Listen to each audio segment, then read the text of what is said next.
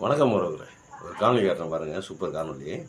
திராவிட முன்னேற்ற கழகம் வர்றதுக்கு முன்னாடி இந்தியால யாரும் ஜீசஸ கும்பிடலையா, இல்ல அல்லாஹ்வை கும்பிடலையா? அவங்க ஒரு விஷயத்தை சுதாரிக்கணும். நாமும் கடவுளை நம்புறோம், நமக்கும் கடவுளார்கள் இருக்கிறார்கள், அவர்களும் கடவுளை நம்புகிறார்கள், அவங்களுக்கும் கடவுளார்கள் இருக்கிறார்கள்.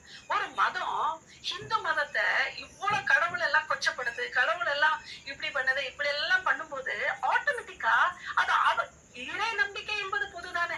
இறைவன் யாராக வேண்டுமானாலும் இருக்கட்டும், இறைவன் யாராக வேண்டுமா இருக்கட்டும், அது ஜீசஸா இருக்கட்டும், அல்லாவா இருக்கட்டும், யாரா வேணா இருக்கட்டும், இறை நம்பிக்கை என்பது பொதுதானே. நிச்சயமா. அப்போ இவர் இந்து மதத்தினுடைய இறை நம்பிக்கையை இவ்வளவு கொச்சப்படுத்தும் பொழுது நாளை அதே நிலை ஏன் கிறிஸ்தவர்களுக்கும் இஸ்லாமியர்களுக்கும் வரக்கூடாது? நான் கேட்கிறேன். இறை நல்ல கேள்வி. இன்றைக்கி இந்து மதத்தை கும்பிட மாட்டேங்கிறாங்க. யார்? திமுகவில் திமுககாரங்க கும்பிட மாட்டேங்கிறாங்க. ஆனால் மற்ற மதங்களை ஆதரிக்கிறாங்க. இப்போ இன்றைக்கி இந்து மதத்துக்கு தானே நாளைக்கு கிறிஸ்தவ மதத்துக்கு வரும், முஸ்லீம் மதத்துக்கு வரும் அப்படின்னு. இது இவங்க ரத்தத்தில் ஊறுனது. இந்த அம்மா பேசுகிறாங்க பார்த்தீங்களா, இது அவங்க ரத்தத்தில் ஊறுனது. எப்படி ரத்தத்தில் ஊறுனதுன்னா, பிரித்தாளுகிற சூழ்ச்சி இருக்குது பாருங்க, அது ரத்தத்திலேயே ஊறுனது. இறை நம்பிக்கைங்கிறது பொதுதானே. அந்தம்மா ரொம்ப தெளிவாக பேசுனாங்க. தெளிவாக இவங்களுக்கு என்ன பிரச்சனை அப்படின்னா, இவங்க பேசுவாங்க, பேசிட்டு இவங்களே மாட்டிக்குவாங்க. அதுதான் இவங்கள்ட்ட நமக்கு ஒரு ப்ளஸ் பாயிண்ட்டு, நமக்கு ஒரு கண்டென்ட் கிடைக்கும். அதில் இவங்க என்ன சொல்கிறாங்க, இறை நம்பிக்கை என்பது பொதுதானே. அது ஜீசஸாக இருக்கட்டும், அல்லாவாக இருக்கட்டும், கிருஷ்ணனாக இருக்கட்டும், ராமனாக இருக்கட்டும், எவனாக இருந்தாலும் இறை நம்பிக்கை பொதுதானே. ரைட்டு, பொது. இப்போ கொஞ்ச நாளைக்கு முன்னாடி போன மாதம் அந்த கிறிஸ்மஸ் அப்போ அந்த கிறித்துவ ஆலயங்கள், கிறித்துவ அந்த கடைகள், போக்குவரத்தெல்லாம் அடித்து நொறுக்குனீங்களே, அதுக்கு பேர் என்னம்மா? அதுக்கு பேர் என்ன? அது சொல்லுங்கள் கொஞ்சம். இவ்வளோ அக்கனையாக இந்த அம்மா பேசுகிறாங்களே, இந்த கிறித்துவ ஆலயங்களை அடித்தாங்க அந்த கிறிஸ்மஸ் சமயத்தில். அந்த கிறித்துவ கடைகளெல்லாம் பிடிச்சி அடித்து எல்லாத்தையும் உடச்சி நொறுக்குனாங்கல்ல, அது உலக அளவில் ட்ரெண்ட் ஆணிச்சு. அதுக்கு என்னம்மா பேர் அர்த்தம்? அது வேறு நம்பிக்கைங்களா? அது இறை நம்பிக்கை இல்லையாப்பா, அது வேறு நம்பிக்கை. இந்த உத்தரப்பிரதேசத்தில் புல்டோசரை வச்சு இடிச்சிங்களே, புல்டோசரை வச்சு இடித்தாங்கல்ல, யோகி ஆதித்யநாத்னு ஒருத்தன் நாசமாக போனவன் இருக்கான் பாருங்க, ஒரு சன்னியாசி. அவன் ஆட்சியில் அவனோட மாநிலத்தில் புல்டோசர் வச்சு இடித்தாங்க பார்த்தீங்களா. அந்த புல்டோசர் வச்சு இடித்ததுக்கெல்லாம் அதுக்கு பேர் என்னம்மா? அது வேறு நம்பிக்கையா? அது இறை நம்பிக்கை இல்லையா? நீங்கள் தானே சொன்னீங்கப்போ, இறை நம்பிக்கை யார் இருந்தால் ஜீசஸாக இருந்தாருன்னா, அல்லாவாக இருந்தாருன்னா, ராமனாக இருந்தாருன்னா, அப்படி எந்த நம்பிக்கையாக இருந்தாலும் எல்லாமே பொது தானே. இறை நம்பிக்கைங்கிறது பொது தானே. ரைட்டு, பொது. அப்புறம் புல்டோசர் வச்சு இடிச்சிங்க. காஷ்மீரில் ஒரு பொண்ணு, ஆஷிபாங்கிற ஒரு பொண்ணை கொண்டு போய் ஒரு கோயிலுக்குள்ளே வச்சு கற்பழிச்சாங்களே, 5-6 தடிமாடுங்க. ஒரு 7 வயசு குழந்தைய கொண்டு போய், 7 வயசுங்க அந்த குழந்தைக்கு, யோசிச்சு பாருங்கள். அது அந்த கோயில் இறைவன் இல்லையா? அந்த கோயிலில் இறைவன் இல்லையா? அந்த கோயிலில் இறைவன் இருக்கானா இல்லையா? அப்போ அந்த கோயிலுக்குள்ள இறைவன் இருக்கிற இடத்துல போய்ட்டு வச்சு ஒரு பச்சினம் குழந்தைய கொண்டு போய் எப்படி வச்சு ரேப் பண்ணுவாங்க? அப்போது அது இறை நம்பிக்கை இல்லை, அது பொதுவான நம்பிக்கை இல்லையா? அது வேறு நம்பிக்கையா? இன்னும் நிறையா இருக்குது. பில்கிஸ் பானு இருக்குல்லம்மா, பில்கிஸ் பானு. இந்த அம்மா இதெல்லாம் பார்ப்பாங்களான்னு தெரியாது. நம்ம காலையிலே 10 பேர் 20 பேர் தானே பார்க்குறாங்க, பார்ப்பாங்களான்னு தெரியாது. இருந்தாலும் நம்ம சொல்ல வேண்டிய கடமை. பில்கிஸ் பானுன்னு ஒரு அம்மா, அந்த அம்மா கன்சீவ் ஆகி வயிற்றில் குழந்தையோடு இருக்கும்போதே கற்பழிக்கப்பட்டாங்கல்ல. அவங்க குடும்பத்தில் எல்லாத்தையும் கொண்டுட்டாங்கல்ல. அந்த குழந்தைய 2 கையில் வச்சு, காலை கையில் பிடிச்சி, தலையை அடித்து, செவுத்தில் அடித்து ஒரு குழந்தைய கல்வி பண்ணாங்கல்ல. அப்போ இறை நம்பிக்கை எங்கம்மா போச்சு உங்களுக்கு? அப்போ இறை நம்பிக்கை உங்களுக்கு எங்கே போச்சு? இதெல்லாம் விடுங்க, இதெல்லாம் கூட விடுங்க. கோத்ரா ரயில் சம்பவத்தில் நடந்தது உங்களுக்கு ஞாபகம் இருக்கா இல்லையா? அப்போ இறை நம்பிக்கை உங்களுக்கு எங்கே போச்சு? அவர்களும் இறைவனை கும்பிட்டவங்க தானே. 2000க்கு மேலான உயிர்களை எரிச்சு கொன்னீங்களே, அடித்து நொறுக்குனீங்களே, வெட்டி கொன்னீங்களே. அப்போ இறை நம்பிக்கை எங்கம்மா போச்சு உங்களுக்கு? பாபர் மசூதி அதுவும் ஒரு இறை நம்பிக்கை தானே.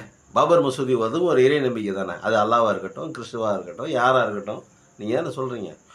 அப்போ அந்த பாபா மசூதியை அல்லாவோட கோயில் அப்படிங்கிற ஒத்த காரணத்துக்காக அதை இடித்து தரமாட்டமாக்கிட்டு அந்த இடத்துல கிருஷ்ணர் கோயில் கட்டினீங்களே, அப்போ எங்கே போச்சு உங்களோட இறை நம்பிக்கை?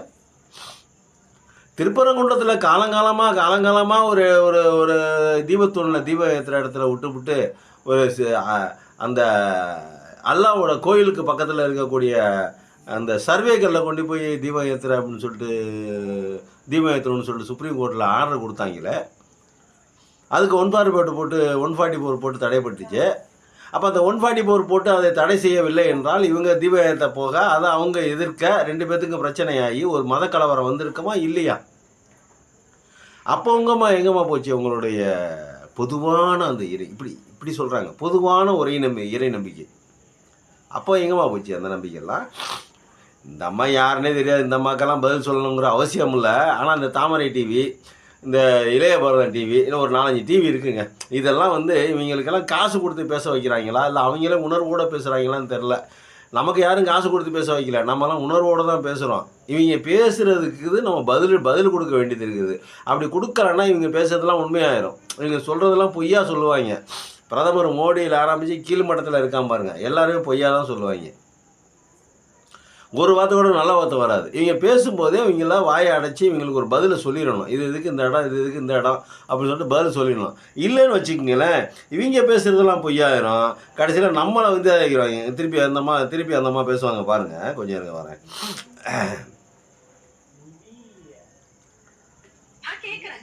இறை நம்பிக்கை மேல நம்பிக்கை இல்லாத ஒரு மனுஷங்க எப்படி இவங்களோட இறை நம்பிக்கை மேல மட்டும் நம்பிக்கை வைக்க முடியும்? அப்போ ஒண்ணு இவங்களுக்கும் இந்துக்கள் மேல வந்து ஏதாவது வன்மம் இருக்கணும், இல்ல சகோதரத்துவமா தான் பழகுறாங்க அப்படின்னா இந்துக்கள் மேல மற்ற சிறுபான்மையினருக்கு மரியாதை இருக்கு அப்படின்னா இந்த திராவிட முன்னேற்ற கழகத்தை ஆதரிக்க கூடாது. அவர்களுடைய இந்த இறை எதிர்ப்பு கொள்கைக்கு இவங்களும் எதிராக இருக்கு. அதாவது எப்படின்னா இவங்க வந்து பற்றோடு இருக்கணுமா, சகோதரத்துவத்தோடு இருக்கிறாங்க அப்படின்னா இவங்க வந்து திராவிட கழகத்தை ஆதரிக்கக்கூடாது. பிரித்து விட்றாங்களாம், பிரித்தாலும் சூழ்ச்சி. இவங்க பேசுகிறது எல்லாமே அப்படி தான் பேசுகிறாங்கன்னு வச்சுக்கோங்க. இப்போ இவ்வளவு கொடுமைகள் நம்ம பேசணும்ல, இப்போ சொன்னோம்ல, அதெல்லாம் தடுத்து நிப்பாட்டுறதுக்கு இவங்களால முடியாது. சரி அதெல்லாம் விடுங்க, மாற்று மதம். சரி நம்ம இந்து மதத்துலேயே நம்ம எடுத்துக்குவோம். ஒரு பார்ப்பனர் வீட்டில் ஒரு ஒடுக்கப்பட்ட சமூகத்தை சேர்ந்தவன் போய் ஒரு பொண்ணு எடுத்து கல்யாணம் பண்ண முடியுமா? யார் இந்துக்கள்னு சொல்லணும் முதல்ல. அதுக்கு முதல்ல இவங்க எல்லாத்தையும் சேர்த்துக்குவாங்க. இவங்களுக்கு ஆபத்து வரும்போதெல்லாம் இவங்க கொள்ளையடிக்கிறதுக்கு, இவங்க திருட்டுத்தனம் பண்ணுறதுக்கு, இவங்க திருடி திங்கிறதுக்கு, ஏதாவது ஒரு பிரச்சனை வரும்போதெல்லாம், அதுக்கு ஏதாவது இடையூறுகள் வரும்போதெல்லாம் உடனே எல்லோரும் நாங்கள் வாங்க இந்துக்கள் அப்படிம்பாங்க. யாரா இந்துக்கள் அப்படின்னா கடைசியில் நெருங்கி போனாக்கா பக்கத்தில் வராத, எட்டி நில்லம்பி, தொடாமல் பேச மாட்டியா நீ அப்படிம்பாங்க. சூத்திரன்னா இழுக்கு, ஒடுக்கப்பட்டவன்னா இழுக்கு, தாழ்த்தப்பட்டவன்னா இழுக்கு, இழிவு. ஆனால் இவர்கள் மட்டும் உயர்வானவர்கள். ஆனால் இவர்களுக்கு பிரச்சனை வரும்போது பார்த்தீங்கன்னாக்கா எல்லோரும் நாங்கள்லாம் வாங்க இந்து, எல்லோரும் வாங்க இந்து அப்படிம்பாங்க. பிரச்சனை என்ன அப்படின்னாங்க, கலவரம் பண்ணுறதுக்கு, அடிதடி பண்ணுறதுக்கு, வம்புழுக்கிறதுக்கு, ஒரு பிரச்சனையை உண்டு பண்ணி அது பிரச்சனையை பூதாகாரமாக வெடிக்க வைக்கிறதுக்கு இவர்களுக்கு சூத்திரனுடைய ஆதரவு தேவை, தாழ்த்தப்பட்டவர்களுடைய ஆதரவு தேவை, ஒடுக்கப்பட்டவர்களுடைய ஆதரவு தேவை. மற்றபடி இவங்களுடைய வேலையை இவங்க பார்த்துக்கிறதுக்கு இவங்க யாருமே தேவையில்லை. பிரச்சனை பண்ணும்போது முன்னாடி என்ன பிரச்சனை பண்ண முடியாது, ஏன்னா இவங்கெல்லாம் பயப்படுவாங்க, யாரும் பிரச்சனை பண்ண மாட்டாங்க. அப்போ வந்து என்ன பண்ணுவாங்க அப்படின்னா இந்துக்களை தேடுவாங்க. யாரா இந்துக்கள்னு பார்த்தா நம்மளாம் திட்டுங்க. அதுதான் ஒருத்தர் சொன்னார், சனாதன இந்துக்கள் சாதாரண இந்துக்கள் அப்படின்னு. சாதாரண இந்துக்கள் வேறு, சனாதன இந்துக்கள் வேறு. நாங்கள் இந்துக்களே இல்லை அப்படிங்கிறத நாங்கள் சொல்ல வரோம். அப்புறம் என்ன சாதாரண இந்துக்கள் வேறு, அது வேணாம், வேறு வழி இல்லாமல் நம்ம சொல்லிட்டு இருக்கோம், வேறு வழி இல்லை நாங்களும் இந்துக்கள் அப்படின்லாம். எங்களுக்கு கௌமாரன்னு ஒன்று இருந்துச்சு. இது நிறைய சமயங்கள் இருந்துச்சு, சைவ மதம், வைணவ மதம், கௌமாரம், அப்புறம் கானபத்தியம், இன்னும் நிறைய மதங்கள் 6-7 மதங்கள்லாம் இருந்துச்சு. எல்லாத்தையும் சேர்த்து வெள்ளக்காரன் ஒன்றாக்கிட்டான் அப்படிங்கிறதுனால இந்துன்னு சொல்லிக்க வேண்டியதாக இருக்குது.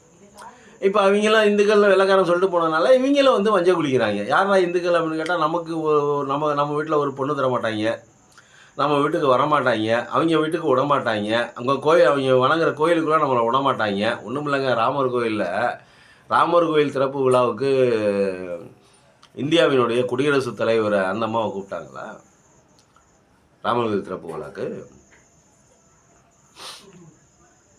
நம்ம பார்லிமெண்ட் கட்டி திறந்தாங்களே அதுக்கு அந்த அம்மாவை கூப்பிட்டாங்களா? இந்தியாவினுடைய குடியரசுத் தலைவருமா, அவங்கள கூப்பிடணும்ல. அதெல்லாம் செய்ய மாட்டேன், அதெல்லாம் தீட்டு.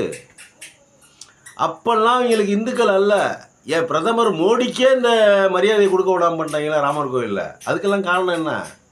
ஏன்னா அவர் வந்து இந்து இல்லை. இந்துக்கள் என்பவர்கள் யார்? அவர்களுடைய பார்வையில் பூநூல் போட்டவர்கள் மட்டும், கிராஸ் பெல்ட் போட்டிருக்காங்க பாருங்கள், அவங்க மட்டும்தான் இந்துக்கள். மற்றபடி பிரச்சனை வரும்போது அவங்கள காப்பாற்றுறதுக்கு, அடி வாங்குறதுக்கு, மண்டையை உடைச்சி கொண்டு போய் ஆஸ்பத்திரியில் படுத்துருக்கிறதுக்கு, வெட்டுறதுக்கு, கொல்றதுக்கு, குத்துறதுக்கு, இதுக்கு தான் தேவை. இப்போ இதுக்கு போனாங்க கரைச்சவைன்னு சொல்லிட்டு பாபா மசூதி இடிக்க போனாங்க. இடித்தவங்க பூரா யார்? எல்லாம் சுற்றுற பயிலுங்க தான், எல்லாம் நம்ம ஆளுங்க தான். நம்ம ஆளுங்களுக்கு புரிய மாட்டேங்குது. நம்ம வேறு அவங்க வேறு அப்படிங்கிற அந்த அந்த பேசிக்கு அந்த இதே தெரிய மாட்டேங்குது, புரிய மாட்டேங்குது. அவங்க இந்துக்கள் கூப்பிட்டா உடனே அவங்க ஓடி போய் நின்றுறாங்க. நம்ம ஊர்லேயே பாருங்கள் எத்தனை பேர் வரைஞ்சி கட்டிட்டு பேசுகிறாங்க பாருங்கள் அவங்களுக்கு. அப்போ காரணம் என்ன? உளவியெல்லாம் இவங்களே பாதிக்கப்பட்டு, நம்மளே பாதிக்கப்பட்டிருக்காங்க. இல்லை அப்படின்னா வயிற்று பொழப்புக்காக பண்ணுறாங்கன்னு அர்த்தம். ரெண்டில் ஏதாவது ஒன்று. உளவியெல்லாம் இவங்க பாதிக்கப்பட்டிருக்காங்க, நான் அவர்களுக்கு அடிமை அப்படிங்கிற எண்ணம் மனசில் ஊறி போயிருக்குது. இல்லை அப்படின்னா வயிற்று பொழப்புக்காக ஒரு சான் வயிற்றுக்கு இன்னைக்கு ஒருத்தன் புலம்பிட்டு இருக்கான் பார்த்தீங்களா, தெரு தெருவா புலம்புறான் பார்த்தீங்களா, நான் பெரியார் கடப்பாறையை கொண்டு பெரியாரை இடிப்பேன்னு சொல்லிட்டு இருக்கான் பார்த்தீங்களா, அவனை மாதிரி இந்த நம்ம ஊர்லேயே நிறைய பேர் சங்கிங்க புலம்பிட்டு இருக்காங்க. அது வயிற்று பொழப்பு. வேறு என்ன பண்ணுறது? பாவம், அவங்களெல்லாம் நினச்சா பரிதாபமாக தான் இருக்குது. அவங்களோட நிலைமையும் ரொம்ப மோசமாக தான் இருக்குது. இன்னும் ஒரு 10 தலைமுறை 20 தலைமுறைக்கு சொத்து சேர்க்கணும்ல. இப்போயே 1000 கோடிக்கு மேலே சொத்து இருக்குதுன்னு சொல்கிறாங்க அவனுக்கெல்லாம். இன்னும் 2000 கோடி சேர்த்து வச்சாங்கன்னா புள்ள தலைமுறைக்கு 4-15 தலைமுறைக்கு நல்லா இருக்கணும். மற்றபடி தமிழ்நாடு நாசமாக போனால் என்ன, நல்லா இருந்தால் என்ன, அவங்களுக்கு என்ன? தமிழ்நாடு நாசமாக போனால் அவங்களுக்கு என்ன, நல்லா இருந்தால் அவங்களுக்கு என்ன? அவங்களுக்கு தேவை 10-20 தலைமுறைக்கு சொத்து சேர்த்து வச்சிடணும். அவன் செத்துடணும், ஒன்றும் பிரச்சனை இல்லை. அவன் தலைமுறையாக புள்ள தலைமுறையாக அவன் பொண்டாட்டி பிள்ளைங்க அப்படியே வாழ்ந்துக்கிட்டே இருக்கும். தமிழ்நாட்டில் இருக்கிற மக்கள் படித்தா என்ன, படிக்காட்டினா என்ன, மாடு மேய்ச்சா என்ன, ஆடு மேய்ச்சா என்ன, அது வந்து வயிற்று பொழப்பு இருக்கட்டும். இன்னொரு காலில் அது இன்னும் இருக்குது. இன்றைக்கி நாளைக்கு அவனுக்கு ஒரு கச்சேரி இருக்குது, ஒரு காணொலி எடுத்து வச்சுருக்கேன் சூப்பராக. பெரியாரை எதிர்ப்பதற்கு கோடி காரணங்கள்லாம் தேவையில்லை, ஒரே ஒரு காரணம் போதும் அப்படின்னு சொல்லிட்டு ஆரம்பிச்சிருக்கிறான். அதுக்கு ஒரு காணொலி போட்டு அவன் முகத்தை டாராக கிழிப்போம்.